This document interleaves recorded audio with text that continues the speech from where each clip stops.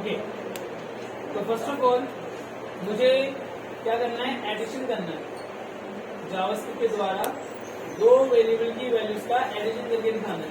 क्या करके दिखाना है? दो वेरिएबल की वैल्यूज का एडिशन। तो हम क्या करेंगे, तीन वेरिएबल लेना है और यहाँ पे हमने क्या करा है, क्या काम करा हमने यहाँ पे, वेरिएबल डिक्लेरेशन। दैट मीन्स आपने अभी से भी बताया है कि आप तीन वेरिएबल का इस्तेमाल करेंगे जिनका नाम होगा ए बी सी। अब इसके बाद आपने यहाँ पर आकर लिखा a is equal to 20 and b is equal to 5, 4 या 5 होगा। तो यहाँ पे आपने क्या कर दिया,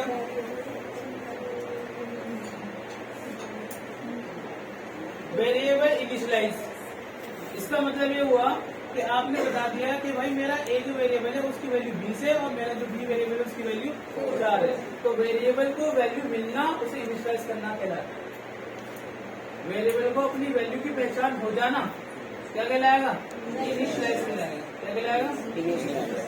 अब भाई आपने यहाँ लिखा c बराबर a प्लस b। जब आपने ये स्टेटमेंट लिखा, इस स्टेटमेंट का मतलब क्या होगा कि यहाँ पे ये c में 20 प्लस 4 कर देगा और उसके बाद c की वैल्यू क्या आ जाएगी। ये इंटरनल काम होगा, ये हमारी नजर में सबके सामने ये लिखा हुआ केवल, लेकिन इंटरनली क्या होगा, जब ये परफॉर्म होगा तो ए की जगह खुद ब खुद क्या आ जाएगा, सेकेंड में 20, बी की जगह खुद ब खुद क्या आ जाएगा 4 और दोनों की वैल्यू प्लस होने के बाद वो वैल्यू मिल जाएगी 24, जो 24 किसमें आकर स्टोर हो जाएगा, सी के अंदर। तो सी की अपने आप एक वैल्यू जनरेट हो जाएगी तो 24। तो ये लिखने की मुझे जरूरत नहीं है, यहाँ पे हटा रहा हूँ क्योंकि सिर्फ लिखकर समझाया मैंने आपको। और अब डॉक्यूमेंट डॉट राइट, और यहाँ पे हम लिखेंगे sum of A and B is सी।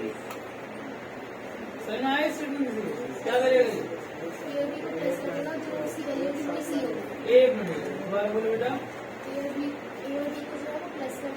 कहाँ पे? यहाँ या डॉक्यूमेंट राइट में? नहीं सर, उसकी वैल्यू लिखेगा नाम में, ए की वैल्यू एम बी की वैल्यू, उसका नाम बताएगा। सबसे पहले मैसेज का लिखा हुआ है सम ऑफ, इसके बाद ए की वैल्यू प्रेजेंट होगी यानी क्या हो जाएगा सम ऑफ 20। फिर उसके बाद एंड मैसेज आएगा तो क्या हो जाएगा सम ऑफ 20 एंड यहाँ पे शो होगा 4 इज। चेक कर लेते सबसे पहले इसको ही, डायरेक्ट परफॉर्म डॉट एचटीएमएल।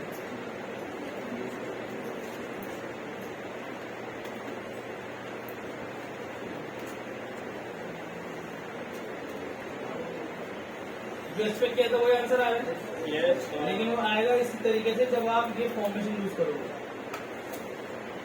इसमें सबसे पहले एक मैसेज है, फिर मैसेज से जोड़ा जा रहा है इसको वैल्यू को, फिर उस वैल्यू के साथ जोड़ा जा रहा है इसको मैसेज को, फिर वैल्यू के साथ मैसेज से जोड़ा जा रहा है वैल्यू को, फिर मैसेज फिर वैल्यू। बस आपको प्लस लगाना है, ध्यान से सोच समझ के लगाना है, क्योंकि आपको ऐसा जवाब देना है यूजर को ताकि यूजर को पता लग सके कि अगर उसका 24 आंसर आ रहा है तो किन दो वैल्यूज का आ रहा है। अब आते हैं यहाँ पे ऊपर वाला पोर्शन किसमें यूज हो रहा है, एडिशन में। हाँ ये है फॉर एडिशन, ऐसा लिख सकते हैं हम कमेंट के अंदर कोड फॉर एडिशन। अब एक काम करते हैं, इसी को कॉपी कर लेते हैं और यहाँ भी क्या जाएगा कोड फॉर। अब जब सब्ट्रैक्शन वाले एक काम कर दो, वेरिएबल चेंज कर लो।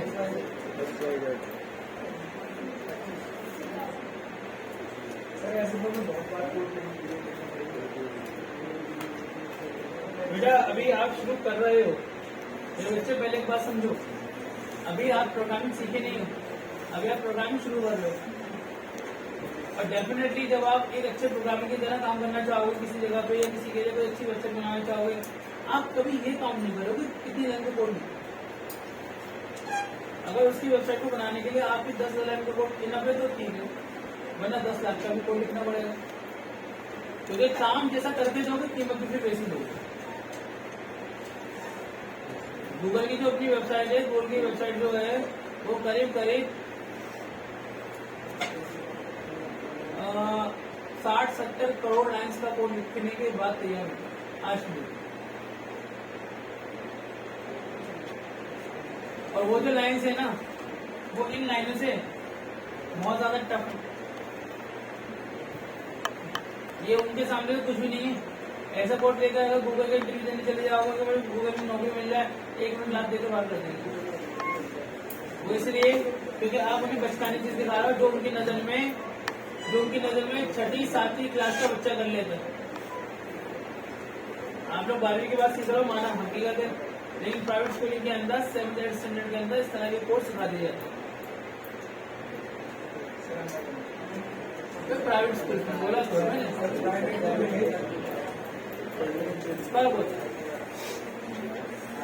अब देखो ध्यान से, यहाँ पे क्या करते हैं, z बराबर x माइनस वाई। अब यहाँ पे वैल्यूज भी चेंज कर लो, यहाँ अपनी वैल्यूज भी चेंज कर लो, और अब यहाँ पे क्या हो जाएगा,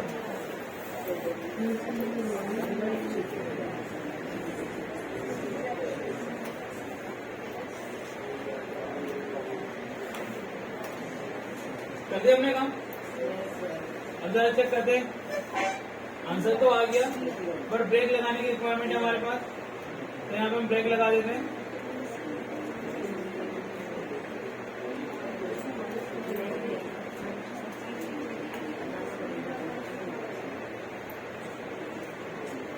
एक्स की वैल्यू थी आई थिंक 120 और वाई की वैल्यू थी आई थिंक 24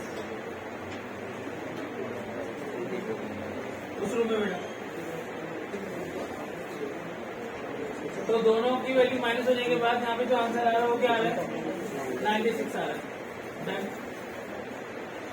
अब आपको हो गए सलमान सर, आउटपुट पे केवल 2 लाइनें आ रही हैं और आप कोडिंग पे इतनी सारी लाइनें कर रहे हो, तो डेफिनेट बात है यूजर को आप जो शो कराने देते हो, यूजर वो उसको वो देखेगा, लेकिन उसको कराने के लिए आपको पीछे बहुत सारी मेहनत करनी पड़ेगी। नहीं, आप ऐसा नहीं कर सकते कि सिर्फ बॉडी में अगर आपने सिंपल लिख दिया, क्योंकि फिर वो आगे आपके कैलकुलेट नहीं कर पाएगा। कैलकुलेशन जावास्क्रिप्ट कर सकता है, एचटीएमएल नहीं कर सकता।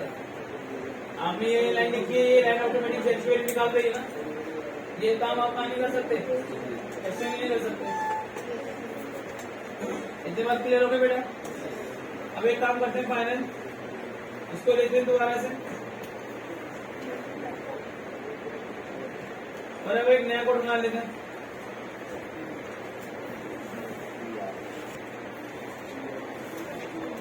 अब यहाँ पे कोड जो होगा वो किसके लिए होगा, मल्टीप्लिकेशन के लिए होगा। और आप यहाँ पे कर दीजिए आई जे एंड के नाम के वेरिएबल।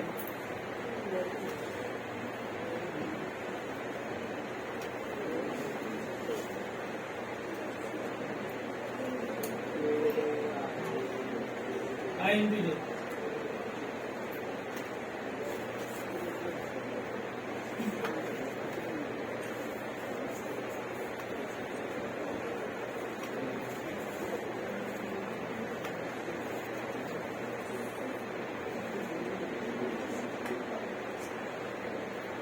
चलो वैल्यूज को डिफरेंट कर देते हैं अपनी इजीनेस के लिए।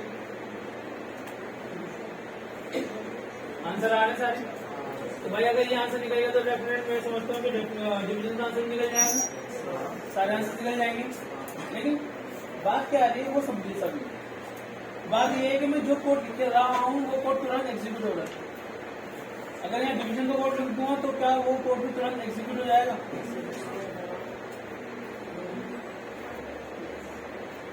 अगर मैं यहाँ पे अपनी डिवीजन का कोड लिख दूँ नीचे और जो डिफरेंट वेरिएबल है में से, तो क्या वो कोड में एग्जीक्यूट हो जाएगा या नहीं? बिल्कुल हो जाएगा, बिल्कुल हो जाएगा। ऐसा नहीं चाहता, मैं चाहता हूँ कोड एडिशन का हो, सब्ट्रैक्शन का हो, डिवीजन का, मल्टीप्लिकेशन का हो, तभी एग्जीक्यूट हो जब मैं उसे परफॉर्म करवाना चाहूँ। जब तक मैं उसे परफॉर्म करवाना नहीं चाहता उसकी एग्जीक्यूशन में क्या रहे, होल्ड स्टॉप हो।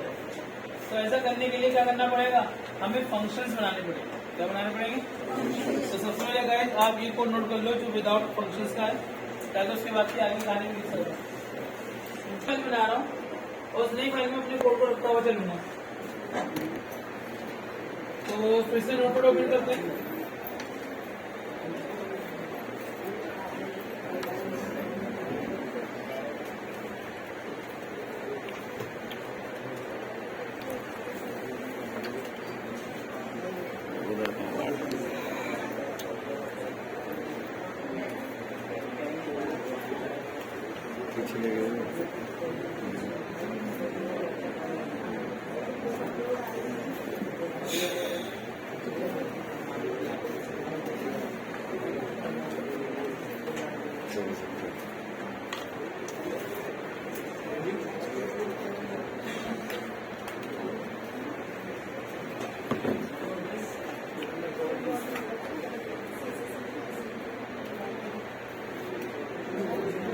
ओके नाउ लिसन,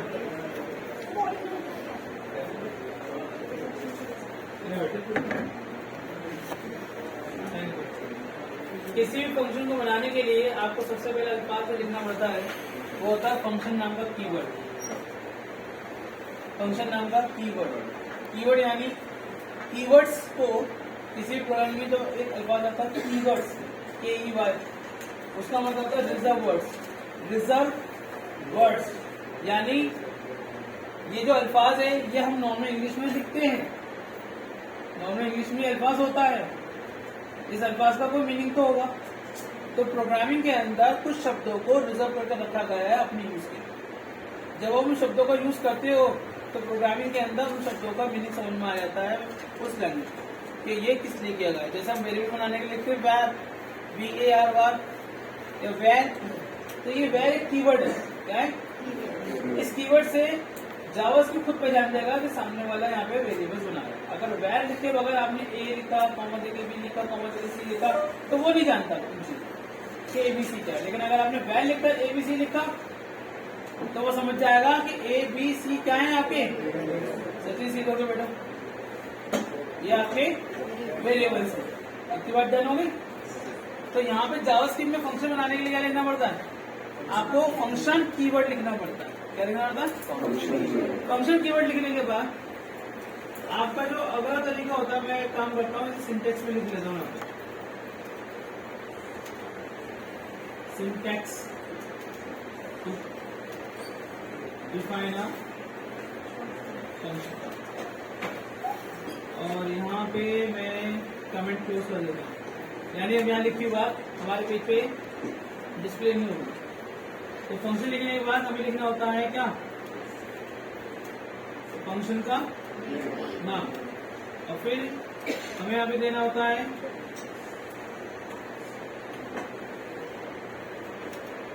याद देख रहे हैं ये एरिया, कर्ली ब्रेसेस एरिया देख रहे हैं आप सर? ये कर्ली ब्रेस एरिया आपके इस फंक्शन का बॉडी पार्ट कहलाता है। क्या कहलाता है? Body part. That means function क्या करेगा वो सारा काम यहाँ लिखा हुआ इस कर्ली ब्रेसेस के अंदर। अब यहाँ पे 10 लाइनों का कोड हो सकता है या 10,000 लाइनों का कोड भी हो सकता है। जो यहाँ लिखा हुआ होगा वो ये फंक्शन परफॉर्म करेगा, जो भी अपन मिसाल है। तो एग्जाम्पल देता हूँ आपको, ऊपर सिंटेक्स आ गया, नीचे एग्जाम्पल। अच्छा यहाँ पे लिख भी देता हूँ मैं, स्टेटमेंट 1, स्टेटमेंट 2,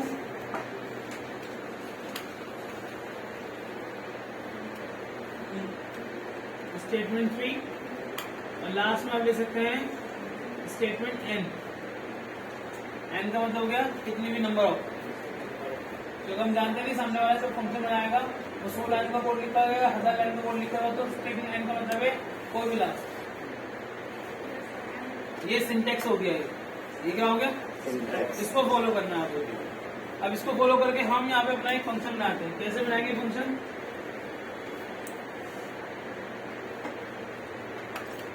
अब कमेंट के बाहर हो रहा काम, कमेंट के अंदर से मैं आपको समझा रहा हूँ। इसका लिखने से जावास्क्रिप्ट के ऊपर नहीं पड़ेगा। और पहले तो इस फाइल को सेव कर लेते हैं, JS function intro dot HTML. यहाँ पर आते हैं JS फंक्शन इंट्रो पे क्लिक करते हैं।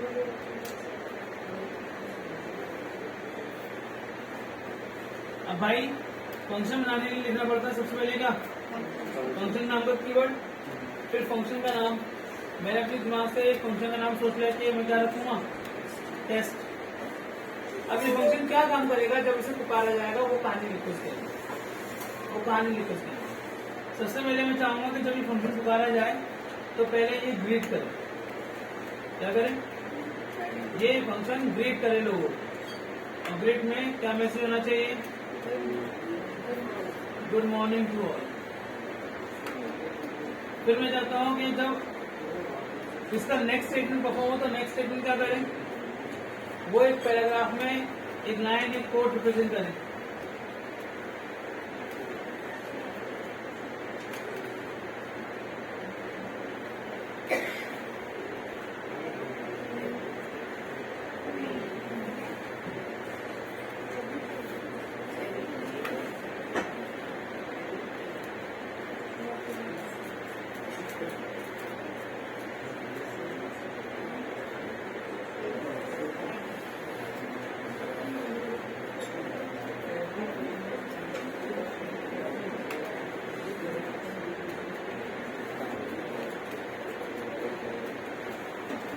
मैं चाहता हूं कि एक इमेज परफॉर्म हो, क्या हो, एक इमेज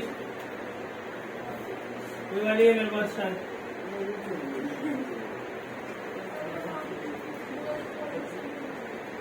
बेटा मुझे फंक्शन समझाना है,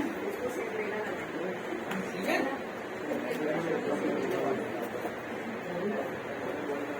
तो चलो ये 3 काम ले लेते हैं और एक काम और कर लेते हैं।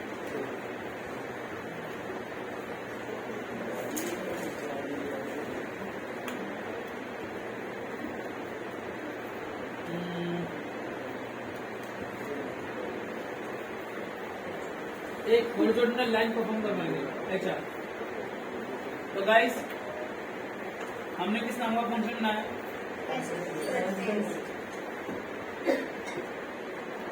किस नाम का फंक्शन बनाया, टेस्ट नाम का। फंक्शन के बॉडी पार्ट में कितने स्टेटमेंट्स हैं, डजंट मैटर क्या स्टेटमेंट्स है, it doesn't matter, but we will count 4 statements. अब मैं चाहता हूँ जब इस फंक्शन को पुकारूं, बोलो कॉल मी,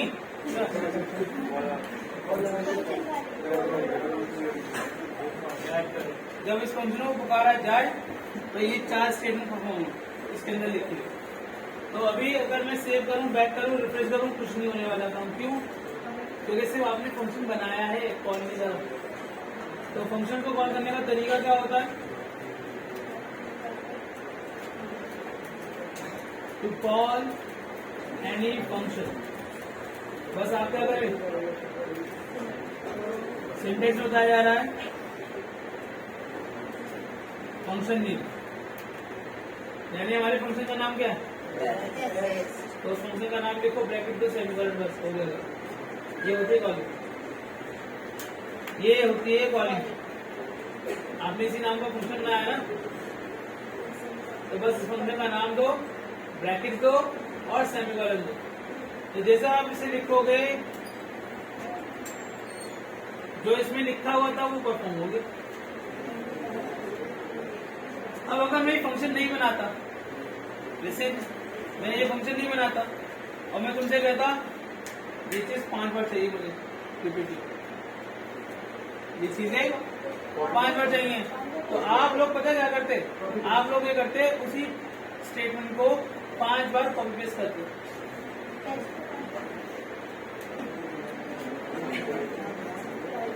अगर हम फंक्शंस नहीं बनाते, पहली चीज हैंड ट्यून परफॉर्म होता, दूसरी चीज अगर 5 बार इस डेटा को रिपीट कराना होता तो क्या करते आप, 5 बार कॉपी पेस्ट करते, तो आपका लाइन ऑफ कोड जो होता तकरीबन हो जाता 25 टाइम, 25 लाइन हो जाती।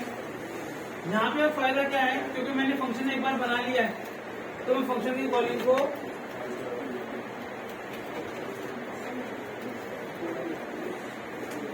एक से ज्यादा बार भी कर सकते हैं। फंक्शन कितनी बार बना है, एक बार, लेकिन उसकी कॉलिंग एक से ज्यादा बार की जा सकती है। जब आप उसकी कॉलिंग में एक से ज्यादा बार करोगे,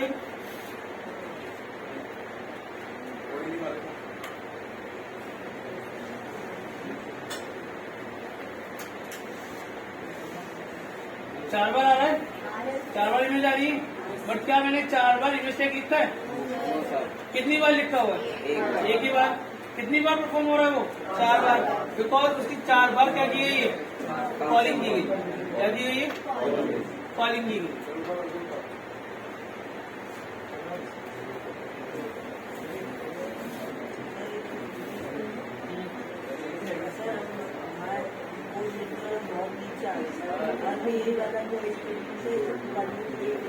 आप अपनी जावास्क्रिप्ट की फाइल में 10 लाख का कोड बनाओ। अगर सबसे टॉप पे एक फंक्शन बना लिया है आपने, तो कहीं पे मुझे कॉल कर सकते हैं, कहीं पे भी, कितनी बार, इससे कोई फर्क नहीं पड़ता कि ऊपर बना है तो ऊपर ही होगा कॉल, वो कहीं पे भी कॉल हो सकता है।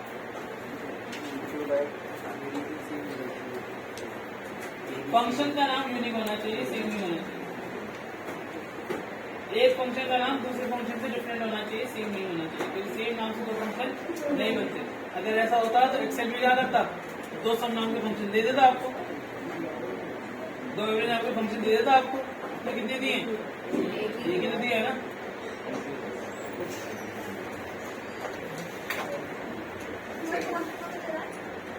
हो गया यहाँ तक?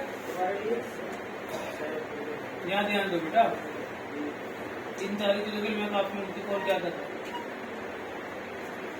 आप लोग यहाँ ध्यान दो। आप उसके लिए नहीं आए यहाँ पे, यहाँ ध्यान दो। इससे मैं पूछ लूंगा, अगर मैं कराऊँ तो मैं सिर्फ पढ़ा देगा, पूरी क्लास में क्या करूँ?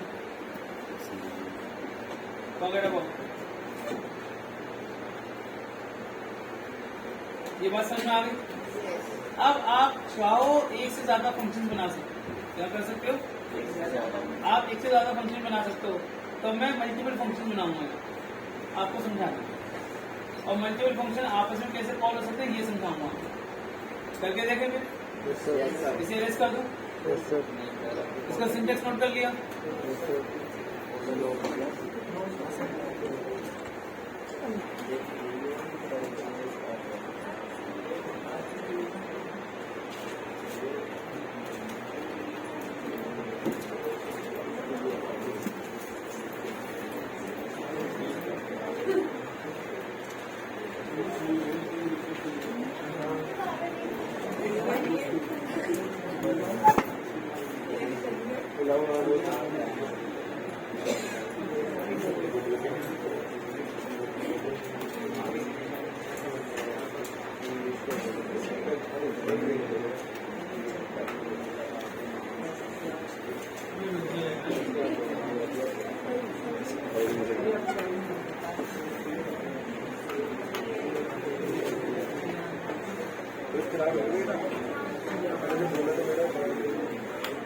ओके गाइस, सबसे पहले हम यहाँ पे एक फंक्शन बना रहे हैं।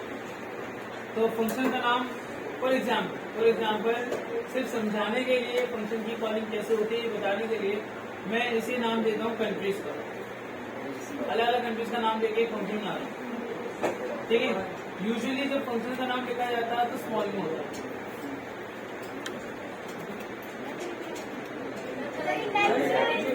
अरे भाई रुक जाओ यार, रुक जाओ।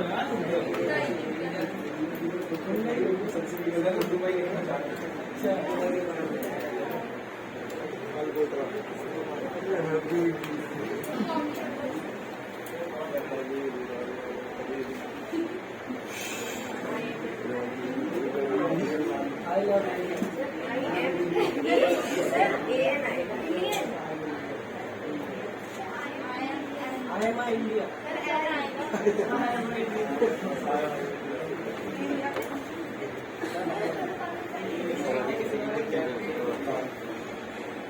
क्या जॉब नजर आ रहा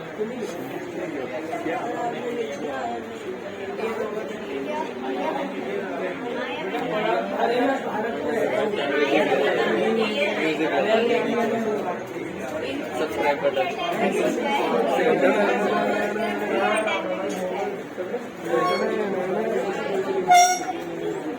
मैंने ये बताना चाहा है कि मैं इस फंक्शन के अंदर हूँ, तो मैंने लिख दिया आई एम इन इंडिया फंक्शन। बेटा हिंदुस्तानी की बात नहीं हो रही, हिंदुस्तान नाम के फंक्शन की बात हो रही है जो यहाँ लिख दिया। यहाँ इसको रिप्रेजेंट किया जा रहा है। चल बेटा तेरे लिए आसान कर देता हूँ, कंफ्यूज ना हो। हैप्पी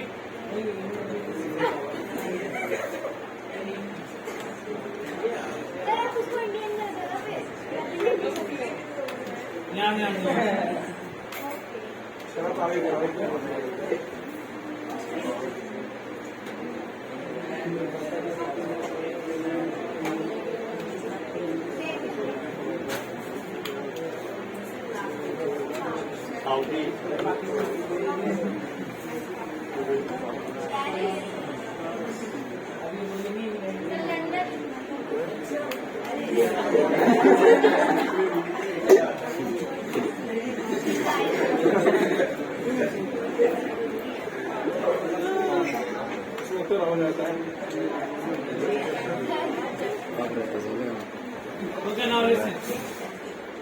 तो ये मल्टीपल फंक्शंस डॉट एचटीएमएल एक फाइल बन गई जिसका नाम है मल्टीपल फंक्शंस। आप बताइए सबसे पहले आपने कितने फंक्शंस क्रिएट करे? आपके पास टोटल 4 फंक्शंस हैं यहाँ पे, एक इंडिया नाम से, एक इंग्लैंड के नाम से, एक पेरिस के नाम से और एक जापान के नाम से। और सब में ऑलमोस्ट आपने एक जैसा स्टेटमेंट रखा, बट अल्फाज अलग अलग कर दिया जिससे पता लग सके कि कौन सा फंक्शन कॉल हो। तो हमें यहाँ पे अब फंक्शंस को कॉल करना है, क्योंकि जब तक फंक्शन को कॉल नहीं करते तब तक इनमें से किसी का भी कोई काम नहीं होगा, कोई भी काम अब नजर नहीं आएगा। तो भाई अब आपको करने की क्या जरूरत है, किसी एक फंक्शन को पहले कॉल करके देखो कि क्या वो सक्सेसफुली काम कर रहा है नहीं कर रहा। तो मैं लिख देना कमेंट करना फंक्शन कॉलिंग। ये लिखना जरूरी नहीं होता, आपको समझाने के लिए लिख रहा हूँ ताकि आपको पता लगे कि यहाँ से मैं कॉलिंग स्टार्ट करूँ। तो यहाँ पे मैं किसी भी फंक्शन का नाम लिख देता हूँ, लाइक मैंने यहाँ पे लिख दिया जापान। तो फंक्शन का नाम लिखा आपने,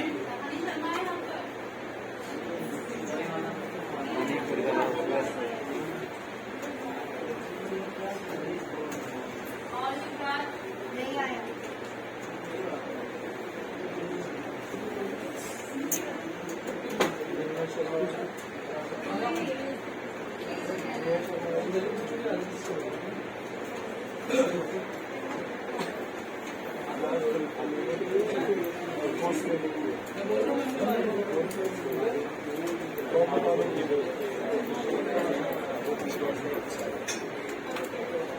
हाँ जी, ये फंक्शन कॉल हो रहे हैं यहाँ पे।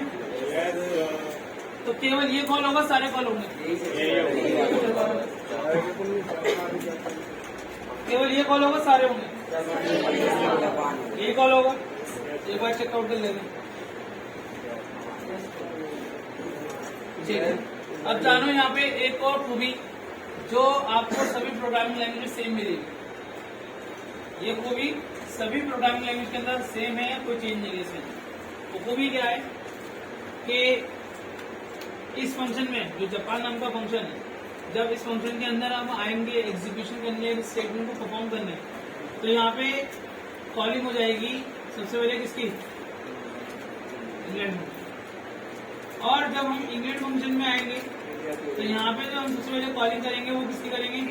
India function. और जब हम इंडिया फंक्शन में आएंगे तो यहाँ पे सबसे पहले कॉलिंग होगी पेरिस फंक्शन की। अब आप मुझे बताओ कि आपका आउटपुट क्या आएगा?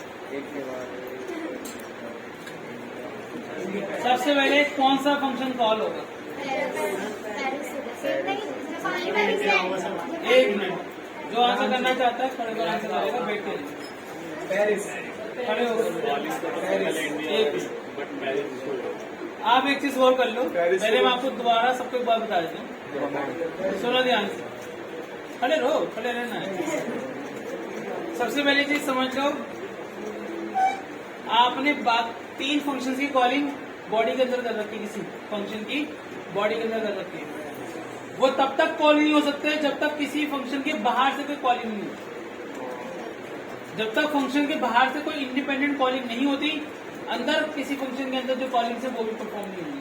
तो देखा जाए तो सबसे पहले जो फंक्शन कॉल होगा वो होगा ये, क्योंकि ये किसी फंक्शन की बॉडी के अंदर नहीं है, इंडिपेंडेंट है ये। क्या आपने इसे किसी फंक्शन के अंदर रखा है? जैसे आपने इंग्लैंड को रखा है या इंडिया को रखा है, उसकी कॉलिंग को इसको नहीं रखा ना, तो पहले कॉल क्या होगा? पहले जापान कॉल होगा। जैसे जापान फंक्शन के अंदर हम आएंगे तो यहाँ पे ये अभी अपना पूरा काम नहीं करेगा, क्योंकि उसे यहाँ पे मिल गई सेकंड कॉल। किसकी मिल गई सेकंड कॉल? तो वो सीधा जाएगा इंग्लैंड फंक्शन के अंदर, और जैसे इंग्लैंड फंक्शन के अंदर आएगा उसे यहाँ पे मिल गई थर्ड कॉल, जिसकी इंडिया की। अब वो सीधा यहाँ से चला जाएगा। अब जब वो इंडिया में जाएगा तो उसे मिलेगी फोर्थ कॉल, और अब वहां से सीधा आ जाएगा पेरिस।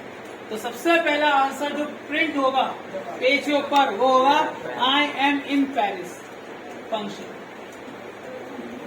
क्योंकि कॉल पे कॉल हो जा रही है। तो जब तक कॉल रुकती नहीं है तब तक पता नहीं लगा कि आंसर क्या प्रिंट होगा। सबसे लास्ट कॉल किसकी हुई है? पेरिस की। तो अब पहले पेरिस अपना काम परफॉर्म करेगा। जब पेरिस अपना काम परफॉर्म करेगा, इसकी कॉल कहां से हुई थी? इंडिया। कहां से हुई थी? इंडिया। तो आप अब जाएंगे इंडिया फंक्शन में, और पेरिस की लाइन के बाद जो लाइन लिखी हुई है, पेरिस की कॉलिंग का जो लाइन लिखी है वो परफॉर्म होगी। अब क्या लिखता हुआ आएगा? आई एम इन इंडिया फंक्शन। जब ये पूरा हो जाएगा, अब इंडिया की कॉलिंग कहां से हुई थी?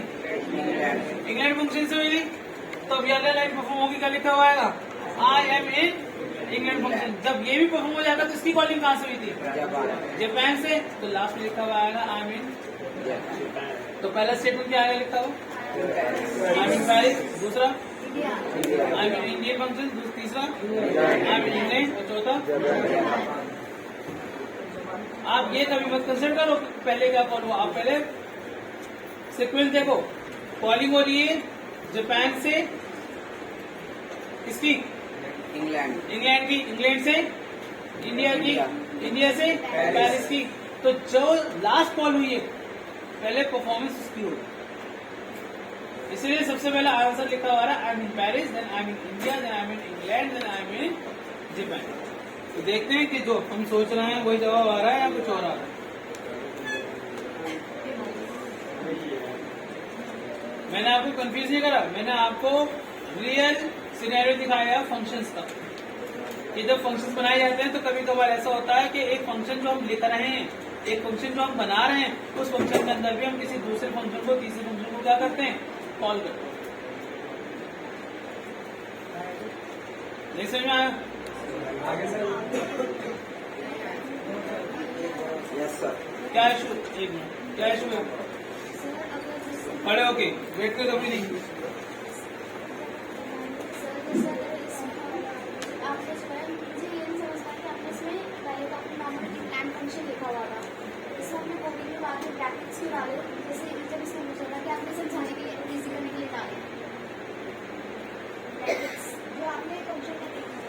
ये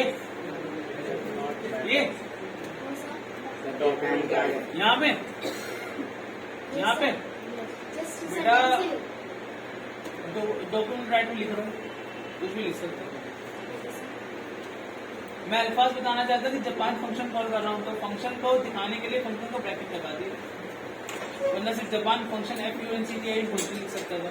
तो डॉक्यूमेंट और राइट में क्या लिखते हो? Doesn't matter, it doesn't matter, इससे कोई फर्क नहीं पड़ता। इसमें कंफ्यूजन है आपको? सर कुछ फंक्शन कॉल में अपने नीचे एक्स्ट्रा में लिखना है। अगर फंक्शन जापान जो ऊपर हम अगर सेमीकोलन डाल दें तो कहाँ पे? जो ऊपर है फंक्शन बेटा ये डेफिनेशन है, ये कॉलिंग है, ये डेफिनेशन है। डेफिनेशन में कभी सेमीकोलन नहीं आता। डेफिनेशन का मतलब है you are creating this function, और कॉलिंग का मतलब ये है कि वो बन चुका, उसे पुकार लो कि उसका काम शुरू करा जाए, उसका काम बनाया जाए। जैसे एक्सेल में डेवलपर्स ने सम फंक्शन बना दिया, वो बना के रख दिया, उसे पता वो काम क्या करेगा, और हमसे कहते हैं कि आप उसकी क्या करो? कॉलिंग करो। तो जैसे हम कॉलिंग करते हैं वो अपनी डेफिनेशन में जाता है, और डेफिनेशन में जो बातें लिखी होती है उसे परफॉर्म करना शुरू करता है। अगर ये डेफिनेशन नहीं होगी तो इसे पता ही नहीं कि क्या करेगा। तो डेफिनेशन में सेमीकोलन नहीं आता। अगर गलती से आपने डेफिनेशन के अंदर सेमीकोलन लगा दिया ब्रैकेट के बाद, तो उसका मतलब है एंड ऑफ फंक्शन, यानी फंक्शन बना ही नहीं करता, ये फंक्शन एग्जिस्ट नहीं करता कभी। ये तो आपने डेफिनेशन के अंदर सेमीकोलन लगा दिया। और किसी का कोई डाउट? यस कंफ्यूजन की अगर बता देंगे तो लोग आएंगे तो पहले दिन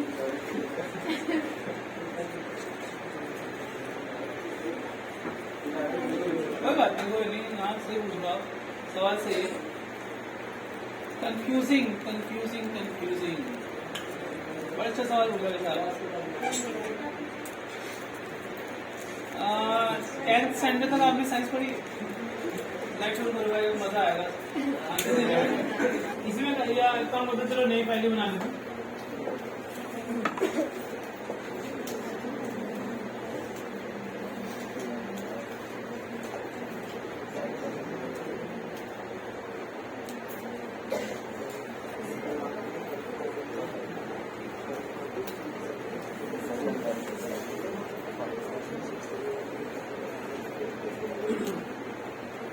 ओके गाइस, तो मैंने अपनी फाइल का जो नाम रखा है वो रख दिया है। यानी टाइटल को रख के बेसिकली क्या रखते हैं, कैलकुलेशन। तो इसे नाम से सेव कर लेता हूँ, calculation.html। और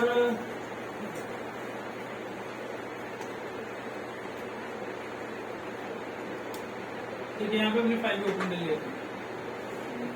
अब यहाँ पर आते हैं, सबसे पहले एक फंक्शन बनाएंगे जिसका नाम रखेंगे एडिशन। तो हम रखेंगे फंक्शन कीवर्ड और फंक्शन का नाम बनाएंगे क्या, एडिशन। इस फंक्शन में क्या काम हो रहा है, इस फंक्शन में काम ये हो रहा है कि इसके अंदर 3 वेरिएबल है, ए बी सी। या एक काम करता हूँ, मेरे पास आई थिंक ऑलरेडी कोड तो है ना, तो बस वो कोड ही ले लेते।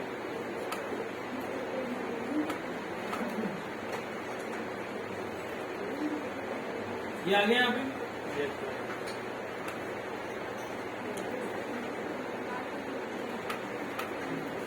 तो ये एडिशन का फंक्शन तैयार हो गया। अब क्या करते हैं, हम लिखेंगे फंक्शन और अब बनाएंगे सब्ट्रैक्शन नाम का फंक्शन। और क्योंकि इसका भी कोड शायद मेरे पास पहले से रेडी है, तो बस यहाँ से वो कोड ले लूंगा, यहाँ पेस्ट कर दूंगा। ये फंक्शन की कहानी पूरी होगी। फिर एक तीसरा फंक्शन बना लेता हूँ यहाँ पे, फंक्शन मल्टीप्लीकेशन। अब आप मल्टीप्लीकेशन रखो, मल्टीप्लाई रखो, मल रखो, या कोई भी नाम रखो, बस आपको पता होना चाहिए। नाम होना चाहिए, नाम में स्पेस नहीं होना चाहिए। नाम होना चाहिए, नाम में स्पेस नहीं होना चाहिए, ये आपको ध्यान रखना है। जी भाई बोलिए। क्या? हाँ तेरा क्या हो गया, अभी आगे थोड़ी बैठ जाएगा, एकदम आ जाएगा।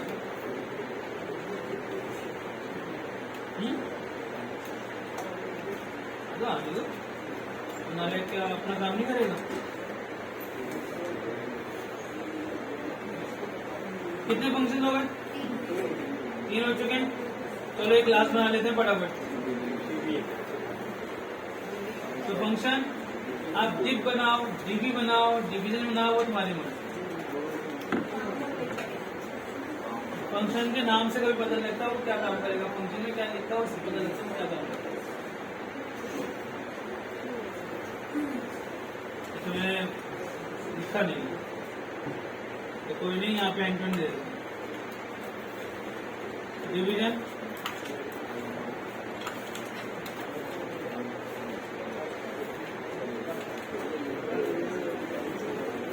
ओके नाउ लिसन, क्या हमारे 4 फंक्शन बन गए?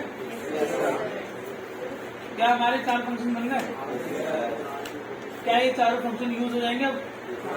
क्या ये तुरंत अपना आउटपुट दे देंगे? क्या हम किसी फंक्शन को कभी भी कॉल कर सकते हैं?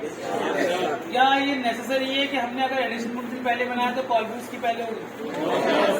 क्या हम किसी फंक्शन को एक से ज्यादा बार कॉल कर सकते हैं? क्या हम किसी भी फंक्शन की कॉलिंग किसी और फंक्शन की डेफिनेशन में कर सकते हैं? समझ में आ रहा है? तो अभी बिगिनिंग में जैसे इन्होंने सवाल करा था उसके पॉइंट ऑफ व्यू से मैं बात कर लेता हूँ कि हम सिंप्लिसिटी ले रहे हैं। सिंप्लिसिटी क्या कहती है? Calling of addition, calling of subtraction, calling of multiplication and calling of division. खड़े हो तो बेटा, खड़े हो तो बोलना, तभी बोलो। सिंपल गाना हो जाती है आपका इंडिया वाला। बेटा इसका मतलब आपने अभी जो मैंने जस्ट कहा था सुना दिया। मैंने अभी आपसे कहा था कि पहले इनके बताए गए सवाल पे फोकस करते हैं। इन्होंने कहा था सिंपली नहीं कर सकते हम, तो इसलिए मैंने कमेंट में लिखा है सिंप्लिसिटी। मैंने कमेंट में यहाँ कॉल अल्फाज इस्तेमाल नहीं करा, कॉलिंग मैंने क्या यूज करा, ये इसलिए यूज करा है ताकि मैं बता सकूं कि पहले हम एक एक फंक्शन को इंडिविजुअल कॉल करा, इंडिपेंडेंट। यानी जब ये कॉल हो रहा है इससे कोई रिलेशन नहीं है, बस ये जब अपनी पूरी कॉलिंग कर लेगा तब ये कॉल होगा, जब ये अपनी कॉलिंग पूरी कर लेगा तब ये कॉल होगा, जब ये अपनी कॉलिंग पूरी कर लेगा तब ये कॉल होगा। कोई किसी को स्किप करके कॉल नहीं हो सकता। ये सिंप्लिसिटी प्रोग्राम है, जिसकी वजह से आपको जवाब ये मिल गया। पहले सम का आंसर आ रहा है यानी एडिशन का, फिर आपका आंसर आ रहा है सब्ट्रैक्शन का, फिर आपका आंसर आ रहा है मल्टीप्लिकेशन का, देन आपका आंसर आ रहा है यहाँ पे किसका, डिवीजन का। आगे सारे आंसर। अब यहाँ पर आते हैं हम किस चीज पे, जो मैंने इंडिया, चाइना, जापान वगैरह के साथ किया था, क्या कि यहाँ पे इंडिविजुअल कॉलिंग केवल और केवल जो मैं करवाना चाह रहा हूँ वो करवाना चाह रहा हूँ मल्टीप्लिकेशन की। मल्टीप्लिकेशन की कॉलिंग के अंदर जाऊंगा, तो कॉलिंग मल्टीप्लिकेशन की तो फंक्शन में जाना पड़ेगा मुझे मल्टीप्लिकेशन की। और अब मैं क्या कर रहा हूँ, सुनो सचिन ध्यान से, अब मैं कॉलिंग ऊपर नहीं करा रहा फंक्शन के अंदर, बल्कि जब ये सारा कुछ परफॉर्म हो जाएगा तो कॉलिंग उसके बाद होगी अगले फंक्शन, और वो कॉलिंग होगी किसी। अब आएंगे हम एडिशन में। अब एडिशन में मैं क्या करना चाह रहा हूँ कि पहले मैं चाहता हूँ जो एडिशन का पार्ट है पहले वो सब कुछ परफॉर्म हो जाए। जब ये सब कुछ परफॉर्म हो जाएगा तब उसके बाद किसकी कॉलिंग होनी चाहिए, सब्ट्रैक्शन की। तो हम सब्ट्रैक्शन में आएंगे। हम चाहते हैं कि सब्ट्रैक्शन अपना काम पूरा कर ले पहले, जब इसका काम पूरा हो जाए तब किसकी कॉलिंग होनी चाहिए, डिवीजन की। अगर ये कॉलिंग पहले लिखी गई होती तो पहले ये कॉल सेव करते हैं। सबसे पहले किसकी कॉलिंग होगी, मल्टीप्लिकेशन में आते जरा, तो मल्टीप्लिकेशन का पहले आंसर क्या आएगा, multiplication of this to this this. फिर किसकी कॉलिंग हो जाएगी, आधे एडिशन में। अब क्या होगा, addition of this to this, ये आ जाएगा। देन कॉलिंग किसकी जाएगी, फिर सब्ट्रैक्शन में आएंगे तो क्या काम होगा, डिवीजन से एक आंसर आ जाएगा, आई मीन सब्ट्रैक्शन में आंसर आ जाएगा, उसके बाद डिवीजन की कॉलिंग हो जाएगी। चेक करते हैं कि हमारे पास जवाब ऐसे आता है या कुछ और आता है। पहले सब्ट्रैक्शन का आंसर है, देन आई थिंक पहले मल्टीप्लिकेशन आंसर है, देन उसके बाद एडिशन का आंसर है, देन उसके बाद आपका मल्टीप्लिकेशन आंसर है, लास्ट में आपका डिवीजन का आंसर। ठीक है, ये भी सिंप्लिसिटी के अंदर आता है, क्योंकि पहले एक फंक्शन अपना काम पूरा कर रहा है तब वो दूसरे फंक्शन की क्या कर रहा है, कॉलिंग कर रहा है। अच्छा मैं पूछना चाहूंगा सबसे लास्ट जो बाहर आएगा कॉल करके किस फंक्शन से बाहर आएगा,